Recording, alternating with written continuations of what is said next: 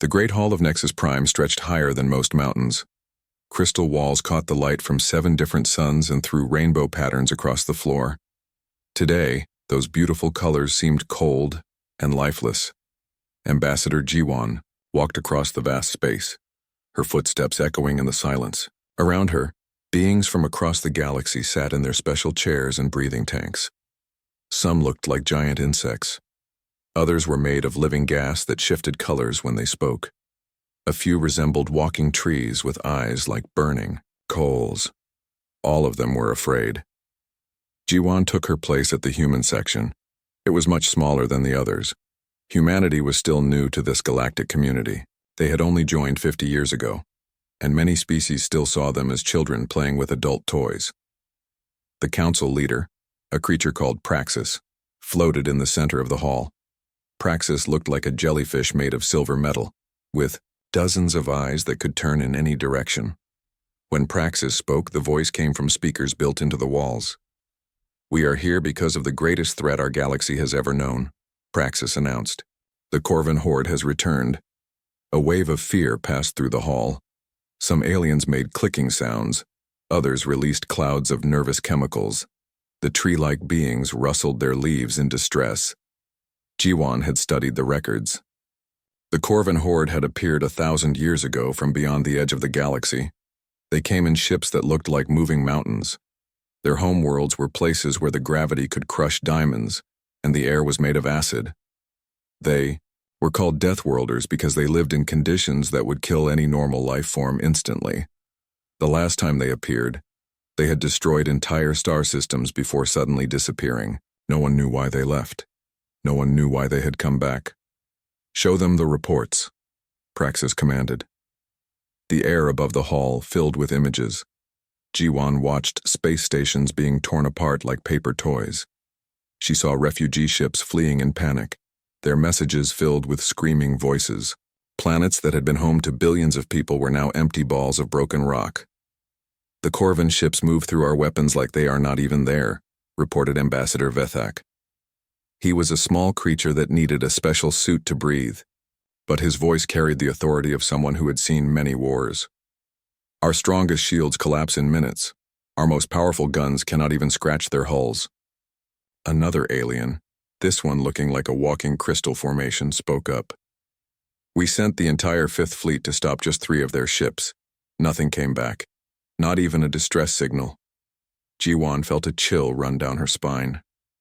The 5th Fleet had over 200 ships and 50,000 crew members from a dozen different species. "What do they want?" asked someone from the back of the hall. Praxis turned several eyes toward the speaker. "We do not know. They do not answer our communications. They do not respond to our surrender offers. They simply destroy everything in their path and move on." The hall fell into a heavy silence. Jiwan looked around at the faces of the galaxy's most powerful leaders. She saw the same expression on all of them, whether they had faces like humans or something completely different. It was the look of people who had run out of ideas. "The math is simple," continued Vethak. "At their current rate of advance, they will reach the core worlds in 6 months. That includes the homeworlds of 67 different species, over 3 trillion lives." A voice from the Altair sector spoke up. "What about evacuation?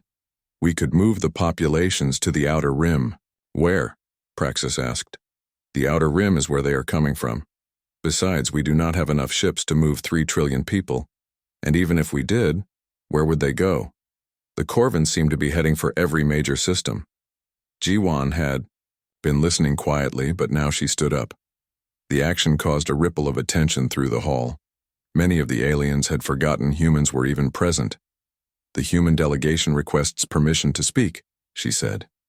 Praxis rotated too. Look at her with about half of his eyes. "Ambassador Jiwan of Earth. Yes, you may speak. Though I wonder what the youngest species in this council could add to our discussion." There was no anger in Praxis's voice, but Jiwan could hear the dismissal.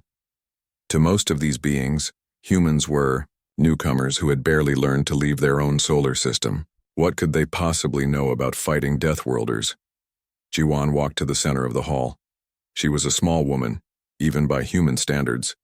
but she held herself straight and looked directly at the assembled aliens. "You are right," she said. "Humanity is young. We have been part of this galaxy for only 50 years. Our worlds are peaceful places compared to what you have described. Our technology is primitive compared to yours." She paused and looked around the hall, meeting as many alien gazes as she could. "But we have something you seem to have forgotten." "And what is that?" Praxis asked. "Hope," Jiwan replied simply. A sound like wind through leaves filled the hall, as many aliens made noises of confusion or disagreement. Vethak leaned forward in his breathing apparatus. "Hope will not stop neutron star hulls or plasma cannons that burn at the temperature of a sun's core." "No," Jiwan agreed. "But fear will. Not stop them either. And fear is all I see in this room." The words hung in the air like a challenge. Several aliens began speaking at once, their voices mixing into an angry buzz. Praxis raised a fin for silence. "You accuse this council of cowardice?" "I accuse this council of giving up before trying," Jiwan said. "You have decided the Corvins are monsters who cannot be reasoned with. You have decided they are forces of pure destruction. You have decided that the only choice is to run or die." She stepped closer to Praxis, close enough that she had to crane her neck to look up at the floating alien. "But what if you are wrong? What if there is another choice?" "Such as?" Praxis asked, though now there was curiosity in the artificial voice. "Such as trying to understand them," G1 said. "Every species in this galaxy has found a way to live together. Beings who breathe methane work alongside beings who breathe oxygen. Creatures who live in Arctic cold cooperate with creatures who need desert heat. You have built a civilization that spans thousands of light years and includes hundreds of different forms of life." She turned to address the entire hall. "The only reason that was possible is because someone, somewhere, decided to try understanding instead of fighting. Someone decided to offer friendship instead of fear. The Corvins are Deathworlders," Vethak protested. "They are not like us." "No," G1 said. "They are not like you. But maybe, just maybe, they are like us." The hall erupted into noise again. Some aliens were clearly angry at what they saw as human arrogance. Others seemed confused by the suggestion that humans had anything in common with creatures from hell worlds. Praxis called for silence again, but it took longer this time. "What exactly are you proposing, Ambassador G1? G1 took a deep breath. "I am proposing that humanity be given the chance to make contact with the Corvin horde. Not to fight them, but to talk to them." "That is suicide," Vethak said flatly. "Maybe," G1 admitted. "But it is also the only plan anyone has offered besides running away or dying." Praxis floated higher, considering. "And what makes you think humans could succeed where everyone else has failed?" Jiwan smiled, and somehow that simple human expression seemed to fill the vast hall with warmth. "Because we do not see Deathworlders," she said. "We see neighbors we have not met yet." The silence that followed was different from before. It was not the silence of fear or defeat. It was the silence of minds beginning to consider a new possibility. Finally, Praxis spoke. "The council will consider your proposal." "Thank you," Jiwan said, and walked back to her seat. As she sat down, she could feel thousands of alien eyes watching her. Some looked at her with doubt, some with curiosity. A few, she thought, might even be looking at her with hope. Outside the great crystal windows, the stars continued their ancient dance, unaware that the fate of trillions of lives might depend on whether one small species could do what no one else had dared to try, talk to the monsters and see if they were monsters after all. Captain Minho checked his environmental suit one last time before stepping onto the surface of Corvin Prime. The readings on his helmet display were terrifying. Outside temperature, 800 degrees Celsius. Atmospheric pressure, 15 times Earth normal. Air composition, sulfuric acid mixed with chlorine gas. This was a world that should not support life. Yet somehow, an entire civilization had grown here. "Suits are holding steady," reported Lieutenant Hana through the comm system. She stood beside him on the shuttle ramp, her own suit gleaming silver in the red light of the Corvan sun, all systems green. Behind them, Dr. Taehyung was already taking readings with his scientific equipment. Fascinating, he muttered, watching his instruments dance with impossible numbers. The geology here defies everything we thought we knew about planetary formation. Sergeant Sunwoo moved past them, his weapon ready but not raised. The Galactic Council had finally agreed to let humans try their approach, but they insisted on security. Perimeter is clear, sir. No immediate threats. Detected. Minho nodded and stepped onto the ground of the Death World. His boots crunched on what looked like black glass, but his suit sensors told him was actually compressed carbon formed under incredible pressure. Every step sent small cracks spreading through the surface. They had been traveling for 3 weeks to reach this place. Corvan Prime was located in a system where the star burned so hot that most ships could not even enter the outer edges without being destroyed. Human ships could only survive here because they had borrowed some experimental shielding technology from the Altarians. The landscape around them looked like something from a nightmare. Twisted spires of metal rose from the ground like the bones of dead giants. Rivers of liquid metal flowed between hills of compressed rock. In the distance, geysers of superheated gas shot hundreds of meters into the poisonous sky. Movement detected, Hana announced, checking her scanner. 3 kilometers northeast, multiple contacts. Minho felt his heart rate increase, but kept his voice steady. Corvan life forms? Unknown, sir. The energy signatures are unlike anything in our database. They began walking toward the contacts, their boots leaving deep prints in the strange surface. As they moved, Taehyung continued taking measurements and muttering to himself about impossible chemical reactions. The atmosphere here should collapse, under its own weight, he said. The temperature should boil away any liquid compounds. Yet somehow this world maintains stable weather patterns and what appears to be a water cycle using liquid metals. The first Corvan structures appeared after 20 minutes of walking. Minho stopped and stared at what he was seeing. Massive geometric shapes rose from the ground like crystalline flowers. Each structure was perfectly symmetrical, with surfaces that seemed to pulse with their own internal light. They were clearly artificial, clearly the work of intelligent minds. But they were beautiful in a way that made his chest tighten with unexpected emotion. "My God," whispered Hana. "They are gorgeous." Sunwoo lowered his weapon slightly. "Sir, these do not look like military installations. They look like art," Minho finished. "They look like art." The structures were not just functional buildings designed to survive in hellish conditions. They were expressions of creativity and aesthetic sense. Whoever had built them had cared about more than just survival. They had cared about beauty. "Captain," Taehyung called out, "you need to see this." They gathered around the doctor, who was pointing his scanner at one of the smaller structures. "This building is not just surviving the environmental conditions, it is using them. Look at these readings." Minho studied the display, trying to understand what he was seeing. The structure is converting atmospheric heat into energy. Not just converting, transforming. The building is actually feeding on the sulfuric acid in the air and using it to grow stronger. The more hostile the environment becomes, the more beautiful the structure becomes. They continued moving through what was clearly a Corvan settlement. More structures appeared, each one more impressive than the last. Some spiraled up toward the poisonous sky like frozen tornadoes. Others spread across the ground like metallic flowers with petals made of living crystal. "There," Hana pointed. "Life signs are stronger in that direction." The largest structure sat in the center of the settlement.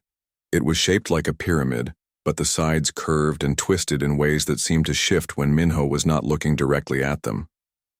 Patterns of light moved across its surface like slow lightning. As they approached, a section of the wall simply dissolved, creating an opening large enough for them to pass through. "Should we go in?" Sunwoo asked, his hand moving back toward his weapon. Minho looked at the opening, then at his team.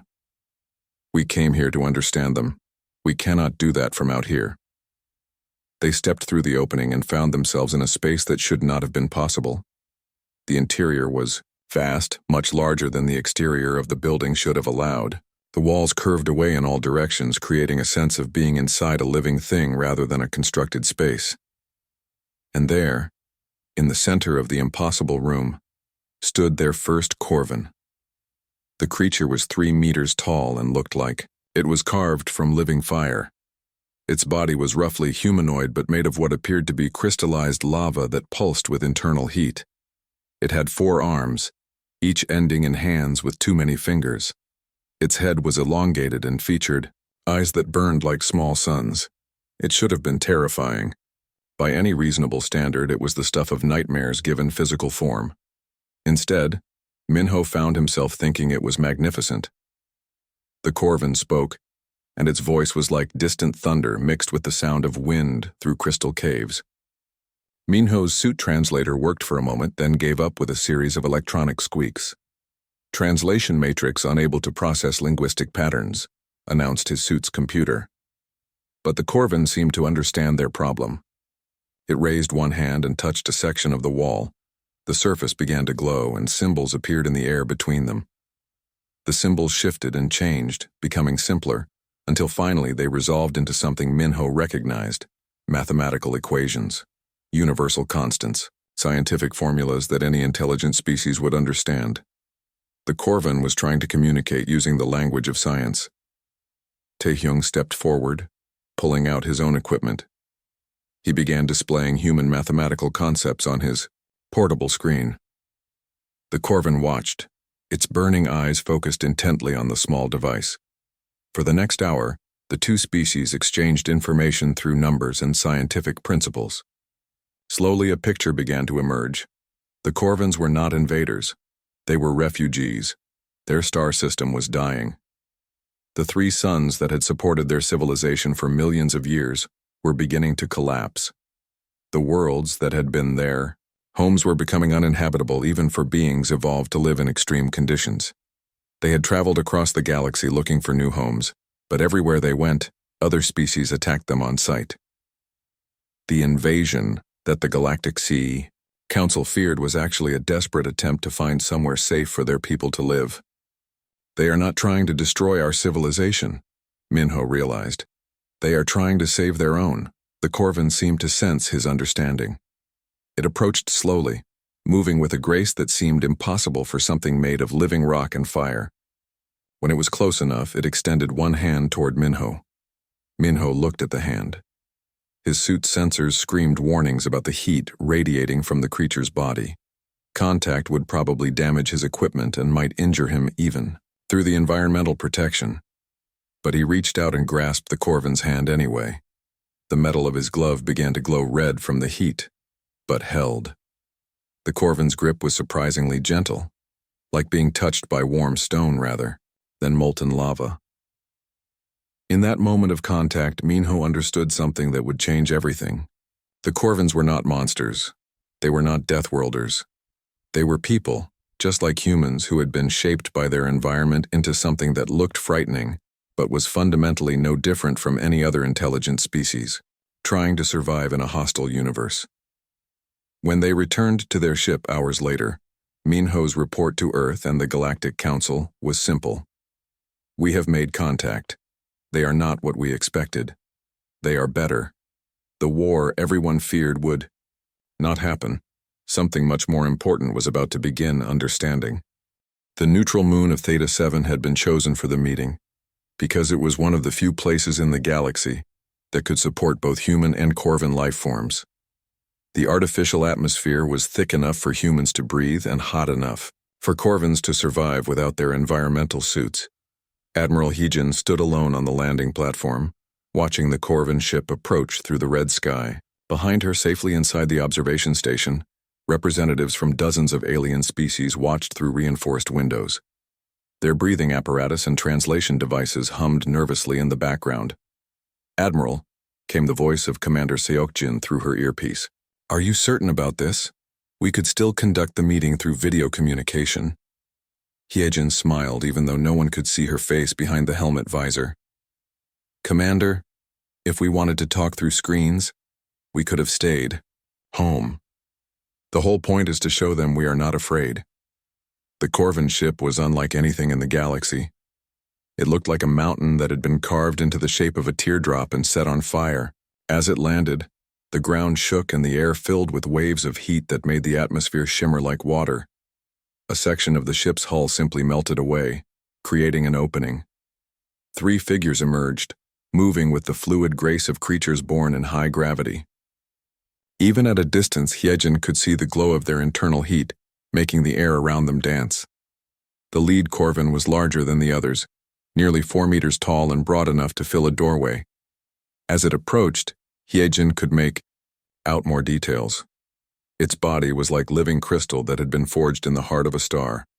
Patterns of light moved under its skin like slow lightning. Its eyes burned with the intensity of small suns. Behind her, she could hear the alien observers making sounds of fear and amazement. Several had never seen a living Corvin before. The ones that had seen them were usually running away at the time. The Corvin delegation stopped 10 meters away.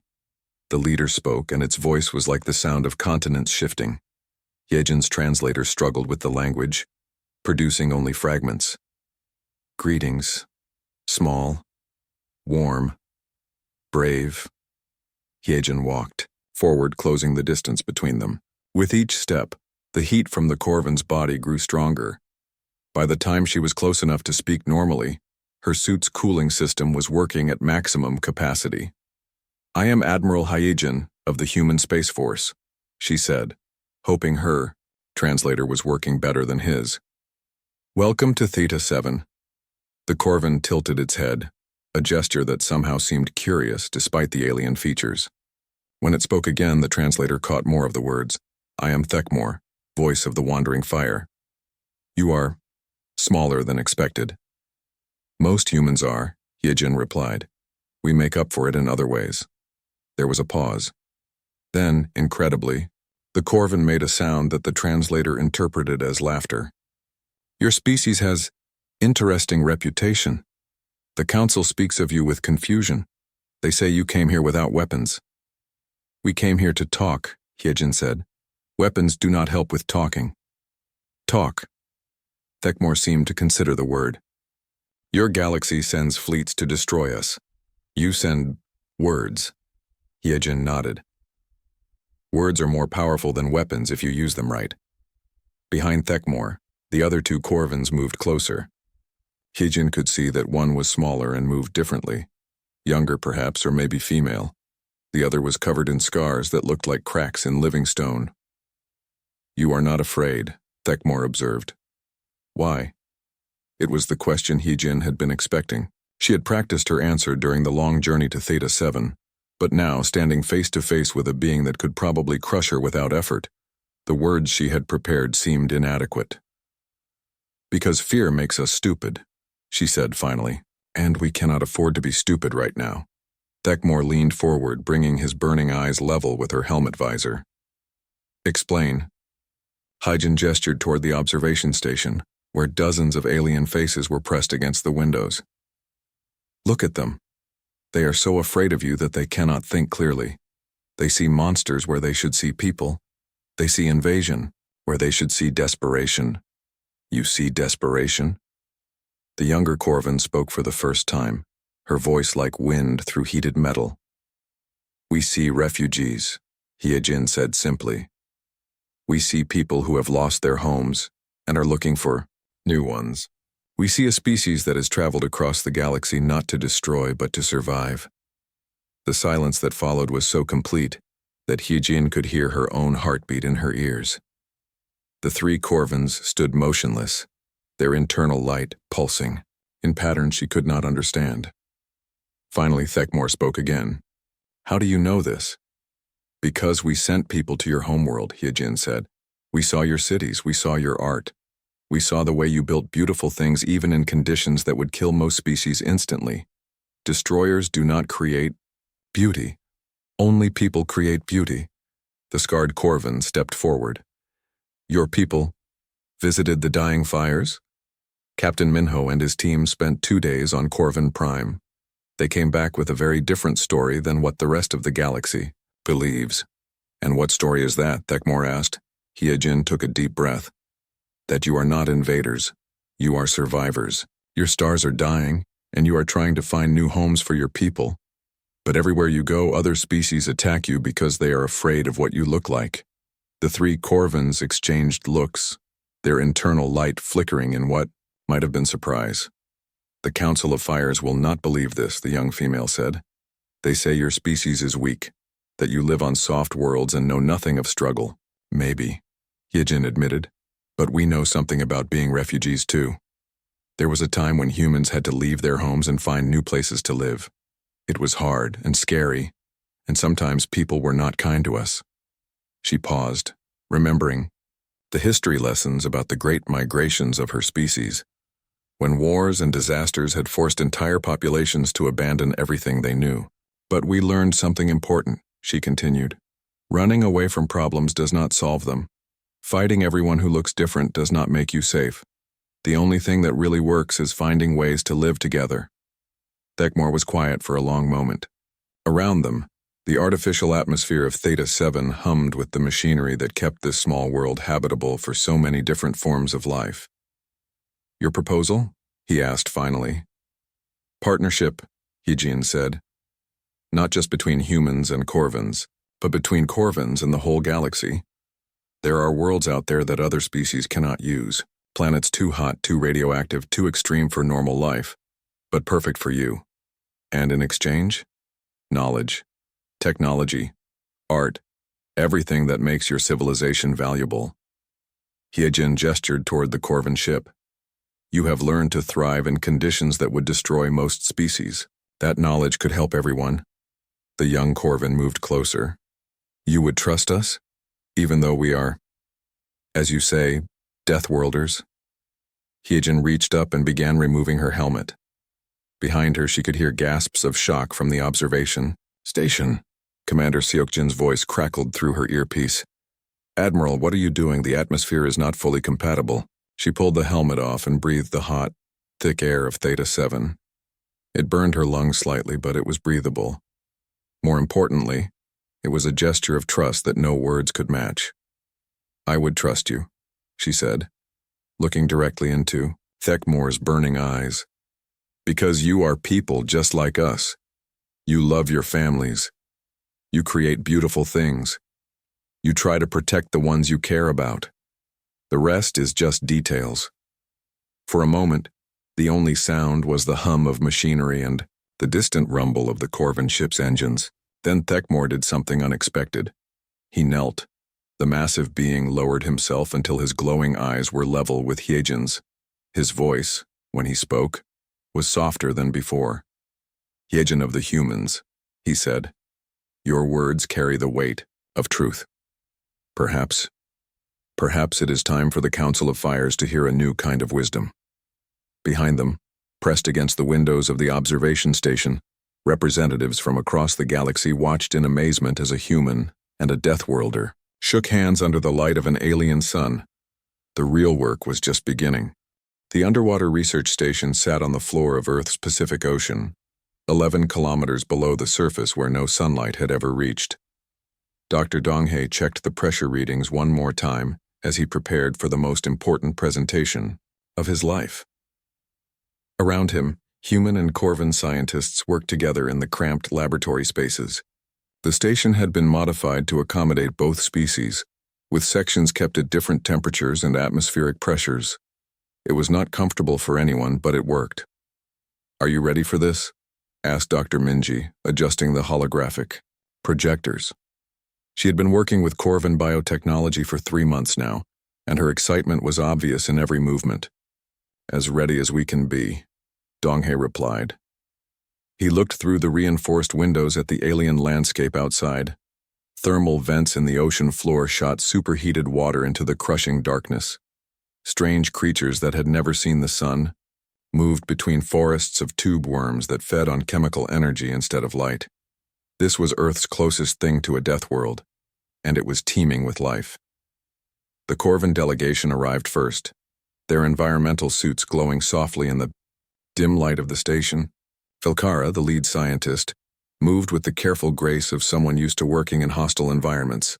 Behind her came 2 younger Corvins whose names Donghae was still learning to pronounce. The deep places of your world continue to amaze, Us, Velkara said, her voice carrying clearly through the translation system. How do these creatures survive without star energy? That is exactly what we want to show you, Donghae replied. The human delegation joined them minutes later. Representatives from Earth's government, the Galactic Council, and several other interested species filled the small conference room. Everyone was nervous. This meeting would determine whether the Human-Corvin alliance could move beyond simple cooperation to something truly revolutionary. Donghae activated the holographic display, and the room filled with images of Earth's deep ocean life. For most of galactic civilization, life requires specific conditions, he began. Moderate temperatures, breathable atmospheres, protection from radiation. But here, in the deepest parts of Earth's oceans, life has found a different way. The display showed creatures that looked like they belonged on an alien world.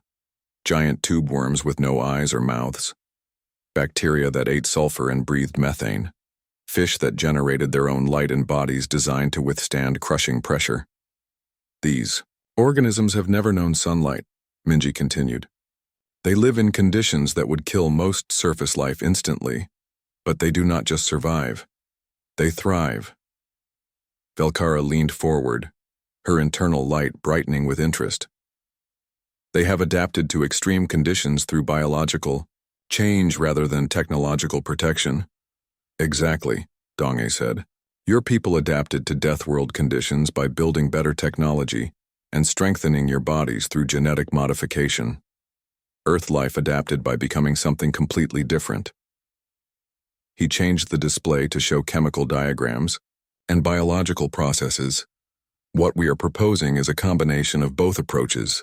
Corvin engineering knowledge merged with Earth biological sciences to create new forms of life that can survive anywhere. The room was quiet as everyone absorbed what they were hearing. Finally, one of the Galactic Council representatives spoke up. You are talking about creating new life forms, said Ambassador Kethis, her translator crackling with static. That is ethically complicated. We are talking about giving life more choices, Minji replied. Right now, most species can only live in very specific environments. What if we could change that? Donghae activated a new section of the display.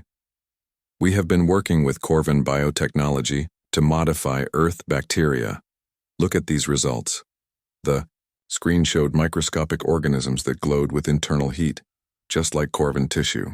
But unlike normal Earth bacteria, these modified organisms could survive in temperatures that would boil water and pressures that would crush steel. These bacteria can eat sulfuric acid and convert it into breathable oxygen, he explained. They can survive on worlds that the galaxy has written off as completely uninhabitable. Velkara stood up, moving closer to the display. You have created life that bridges our worlds, organisms that combine our resistance to extreme conditions with your biological adaptability. It is just the beginning, Minji said excitedly. Imagine atmospheric processors that are not machines but living systems. Imagine forests that can grow on worlds with poisonous air and crushing gravity. Imagine cities where humans and Corvins and any other species can live together, no matter what the outside environment is like. The implications were staggering. For millions of years, galactic civilization had been limited by the need to find worlds that matched the specific requirements of each species. Most planets were considered uninhabitable simply because they were too hot, too cold, too radioactive, or too extreme in some other way. Show them the test world data, Donghae said. The display changed to show a planet that looked like something from a nightmare. Kepler 438b had been dismissed by every galactic survey as impossible to colonize. Its surface was scoured by radiation, its atmosphere was pure poison, and its gravity was strong enough to crush most alien bones. We sent a probe carrying our modified organisms to this world 6 months ago, Minji explained. This is what we found. The new images showed the same planet but changed. Green patches were spreading across the dead surface. The atmospheric readings showed increasing levels of oxygen. Temperature readings were dropping to levels that, while still extreme, were within the range that modified life forms could handle. The organisms are not just surviving, Donghae said. They are transforming the world. Velkara's internal light was pulsing rapidly now, a sign of intense excitement among her people. You are creating worlds where none existed before, turning death worlds into garden worlds through biological engineering. Not garden worlds, Minji corrected. Something new. Worlds where any form of life can exist, no matter how extreme their requirements.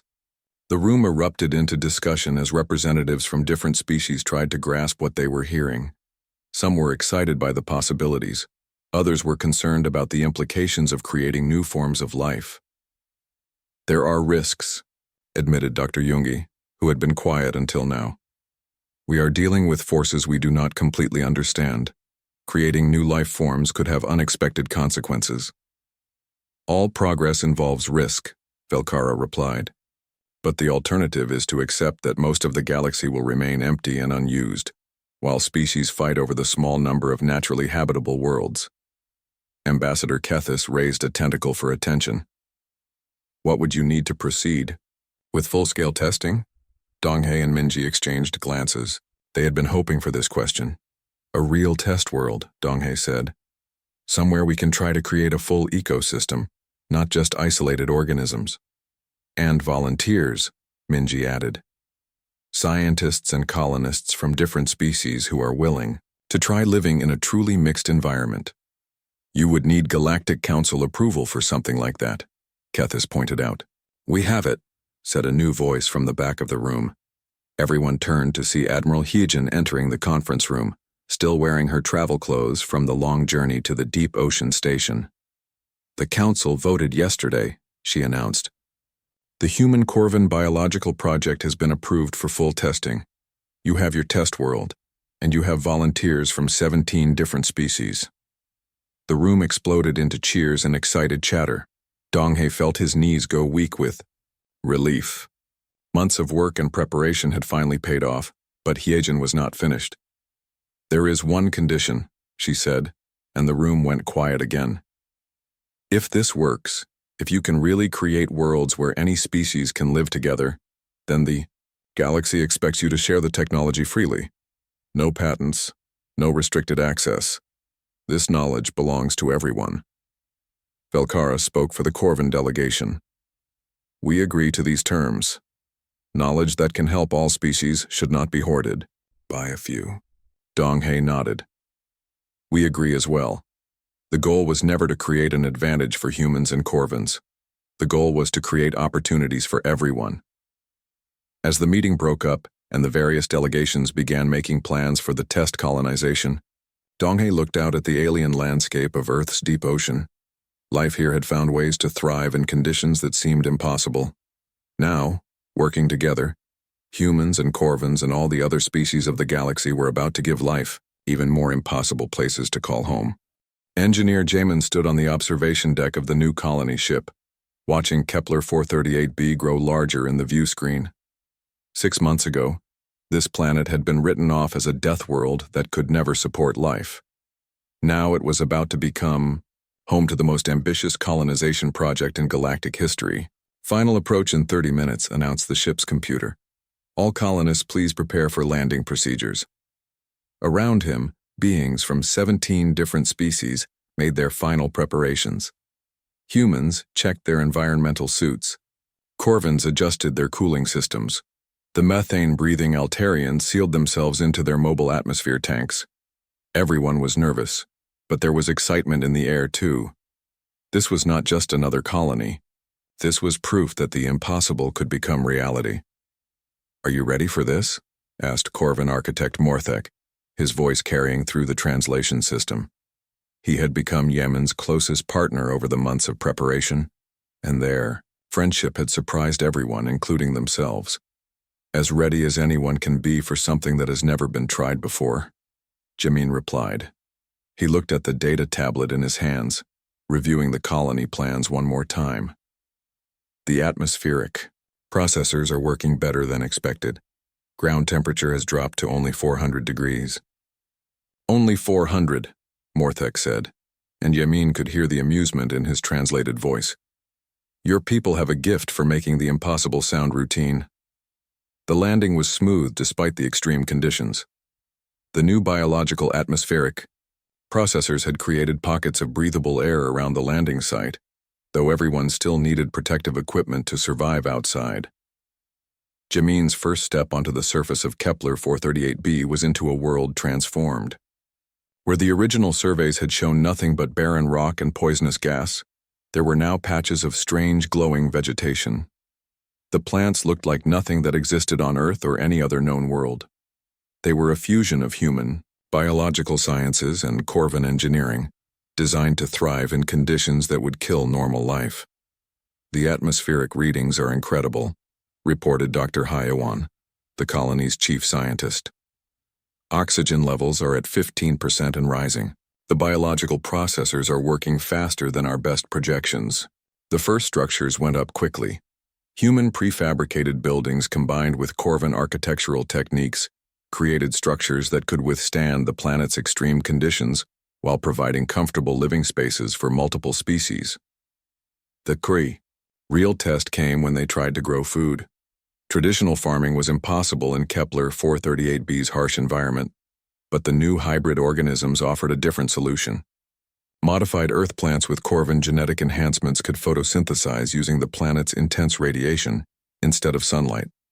They could grow in soil that was toxic to normal crops and produce food that was nutritious for a wide variety of species.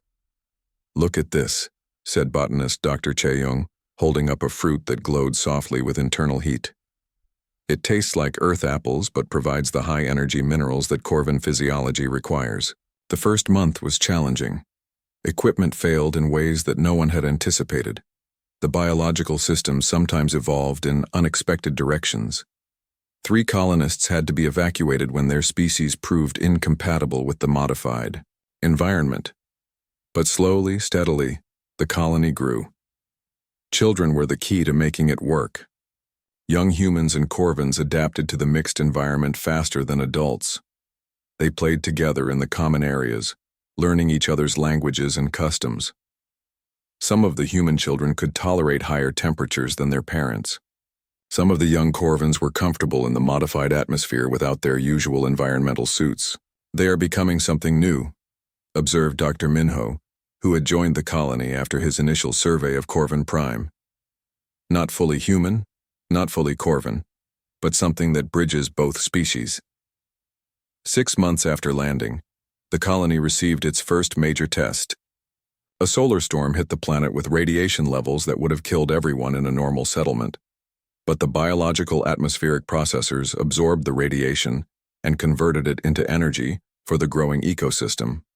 The colonists not only survived but thrived during the storm. "We are not just living here," reported Commander Yeji in her regular communication to Earth and the Corvan homeworld.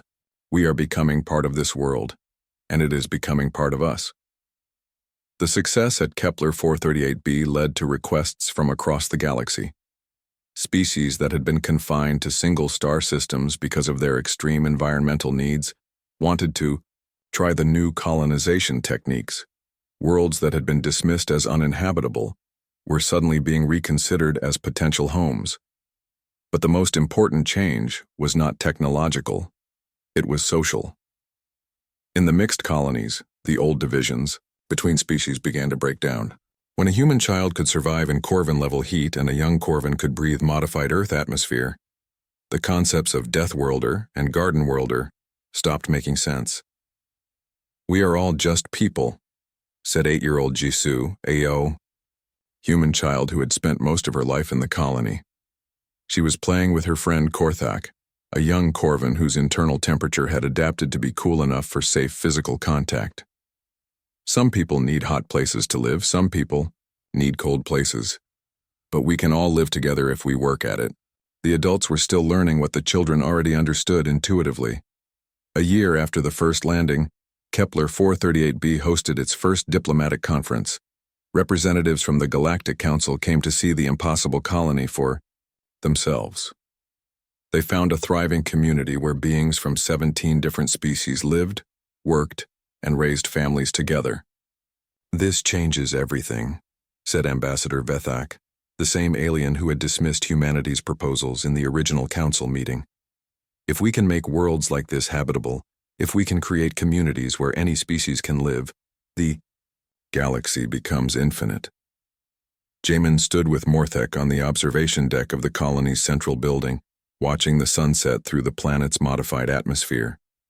The sky was a swirl of colors that existed nowhere else in the galaxy, created by the interaction of alien chemistry and biological engineering. "What do you think comes next?" Morthek asked. Jamin smiled.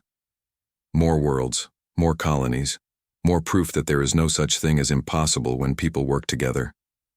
Below them, the colony's children played in a park where earth grass grew, beside Corvin crystal formations. Their laughter echoed through air that had been transformed from poison into something that could support any form of life willing to adapt. The Death World had become something new. Not a garden world in the traditional sense, but something better. A world where all forms of life were welcome. The alliance between humans and Corvins had grown into something larger than either species had imagined. It had become a new way of thinking about what was possible in a galaxy full of infinite diversity and unlimited potential. And this was only the beginning. Fleet Admiral Kangmin stared at the tactical display showing the approaching void swarm, and felt the weight of 3 trillion lives pressing down on his shoulders. The alien entities moved through space like living darkness, consuming everything in their path. Every weapon the galaxy possessed had proven useless against them. "Sir," reported Communications Officer Juyon, "we are receiving surrender offers from 17 different star systems. They want to evacuate their populations to the outer rim." "And go where?" asked Admiral Soyon, who stood beside Kangmin. "At the command center. The outer rim is where these things are coming from." The Galactic Emergency Council had been in session for 3 days straight. Every military strategist, every xenobiologist, every expert on extragalactic threats had studied the problem. The conclusion was always the same. The void swarm could not be stopped by conventional means, but Kangmin had an unconventional idea. "Open a channel to Corvin Command," he ordered. The holographic projector filled with the image of Cheklun, the Corvin military leader who had become humanity's closest ally in the years since first contact. His crystalline features glowed with the internal heat that marked his species. "Admiral Kangmin," Cheklun's translated voice carried concern. "Our combined fleets are ready to engage the swarm, but I must tell you honestly, we do not believe conventional weapons will be effective." "I agree," Kangmin replied. "That is why I want to try something else." "Such as?" Kangmin activated a new display showing the void swarm's movement patterns. "Look at their behavior. They are not just destroying randomly. There is a pattern to where they attack and where they avoid." Soyon leaned closer to study the data. "They stay away from pulsars and black holes. They avoid systems with high radiation levels. And they move in formation," added Dr. Sungjae, the fleet's xenobiologist. "Not like a mindless swarm, but like an organized migration." Kangmin nodded. "Exactly. They are not just destroying. They are running from something."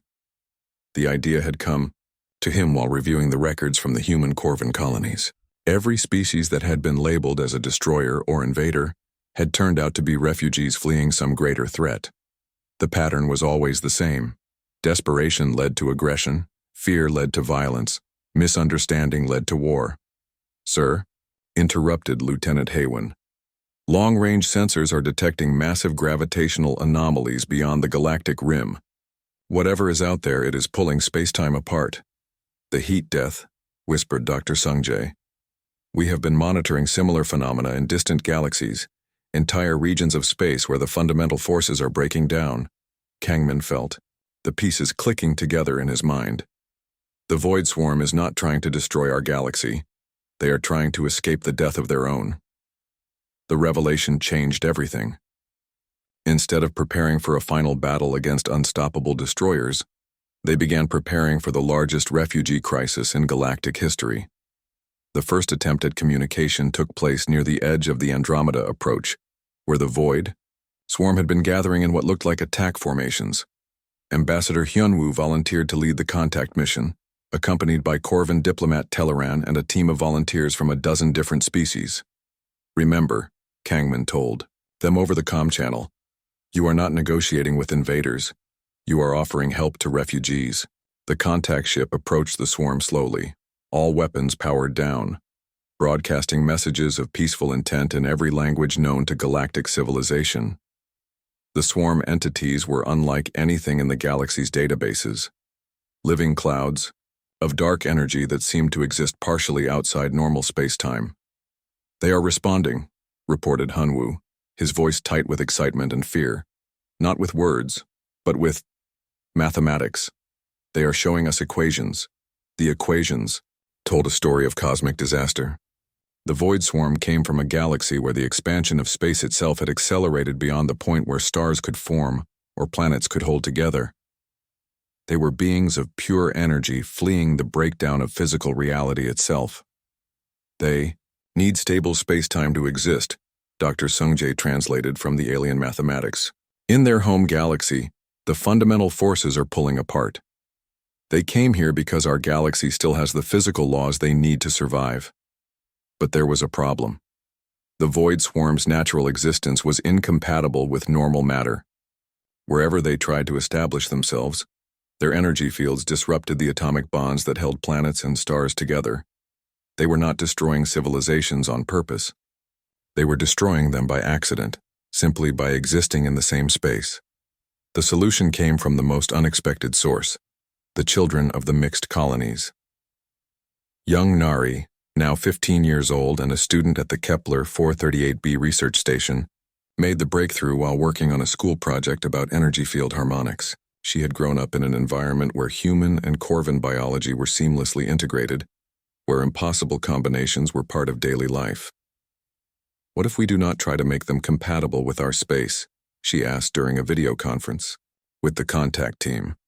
"What if we make new space for them?"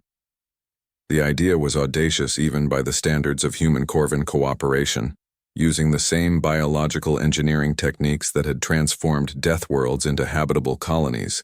They would create artificial pocket dimensions where the void swarm could exist without disrupting normal space-time. "Controlled energy fields using modified space-time geometry," explained Dr. Minji, who had become the galaxy's leading expert on impossible biology.